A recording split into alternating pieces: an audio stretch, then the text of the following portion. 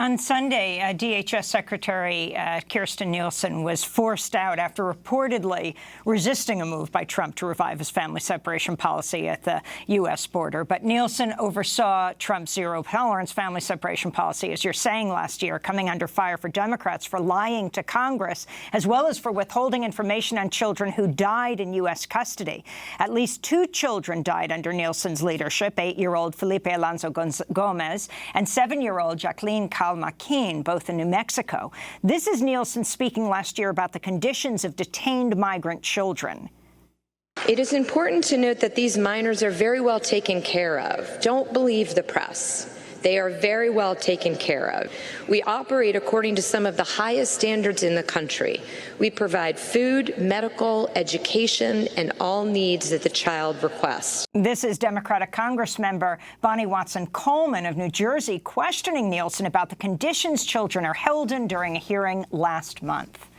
What is a chain-link fence enclosed into a chamber on a concrete floor represent to you? Is that a cage? It's a detention space, ma'am, that you know has existed for decades. Does it differ from the cages you put your dogs in when you let them stay outside? Is it different?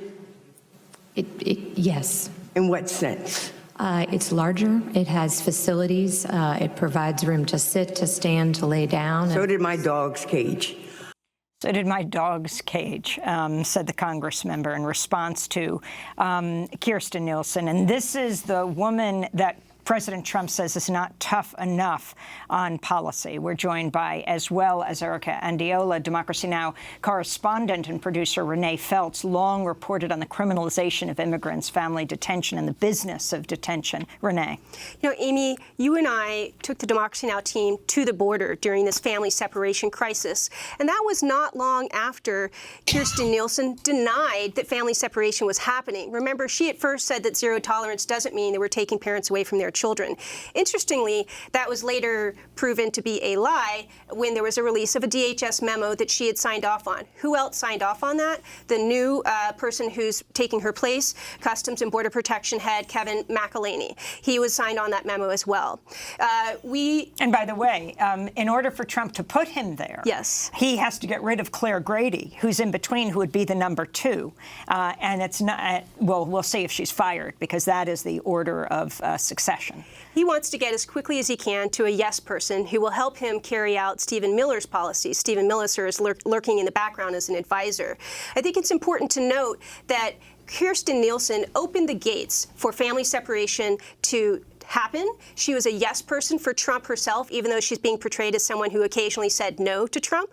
Also, family separation continues to happen right now. The administration is acknowledging, and they say that sometimes they're separating children who come with their parents for their own safety. You know, Amy, there was a recording of a young girl who was separated from her mother that was shared with ProPublica. It was wrenching to listen to. You can hear the child sobbing. And anyone who's heard that will never forget what Kirstjen Nielsen's legacy is about. I think we have that ProPublica audio from inside a U.S. Customs and Border Protection facility where children were between the ages of 4 and 10 and are heard crying "Mama" and "Papi" after being separated from their parents. This is the audio.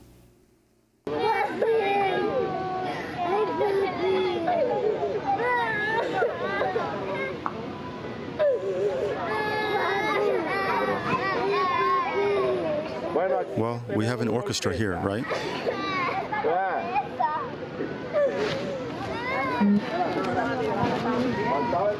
What we're missing is a conductor. That's a border agent saying that over. And Renée, yeah, that was a border agent, yes. Incredible, incredible to see that people carried out this policy, to hear it carried out. Kirstjen Nielsen was one of those people. She helped President Trump. You know, it's interesting. We've seen the New York Times yesterday. They had an editorial they ran called "Who is Left to Say No to Trump?" And it implies that Kirstjen Nielsen said no. And I disagree with that characterization. I think she helped pave the way for a lot of these policies that are continuing. We see her replacement now wants to carry out what he calls binary choice, sort of like a Sophie's choice. These parents who travel all the way north with their children to bring them to safety in America are told you have a choice. You can agree to let us take your child while we detain you while you seek asylum, or you can detain the child with you. And we've heard about the horrible conditions in these facilities. So that's kind of what she opened the gates for. And what about the people who say no? Well, there's a lot of people saying no, and I'm glad you brought that up, Amy, because I think there's people saying no in the courts, and there's people saying no at the local level. In the courts, we just saw two huge victories. Kirstjen Nielsen, one of her proud achievements as the DHS secretary was to work with Trump's son-in-law and close advisor Jared Kushner on getting Mexico to agree to hold people while they were seeking asylum instead of letting them stay in the U.S. We saw a judge overturn that yesterday, or put a hold on that. A major victory. On Friday, we saw another major victory where people who are seeking asylum and have a credible fear granted to them can now have a bond hearing and seek their release before a judge within 7 days instead of being indefinitely detained. So we're seeing pushback on that level. In California, they passed a state law where they limited the expansion of immigrant detention centers.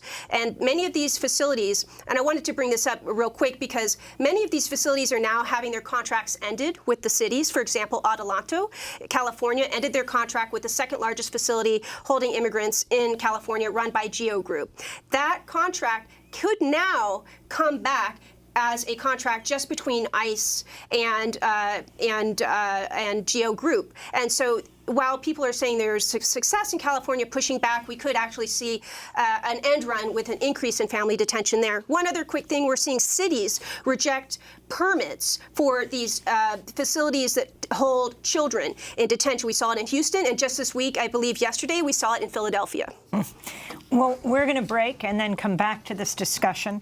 Renée, you mentioned Sophie's Choice, and so we're going to bring in the uncle of the man who is now the point person on immigration, even further consolidated, Stephen Miller. Renée Feltz and Erica Andiola, please stay with us. This is Democracy Now!, back in 30 seconds.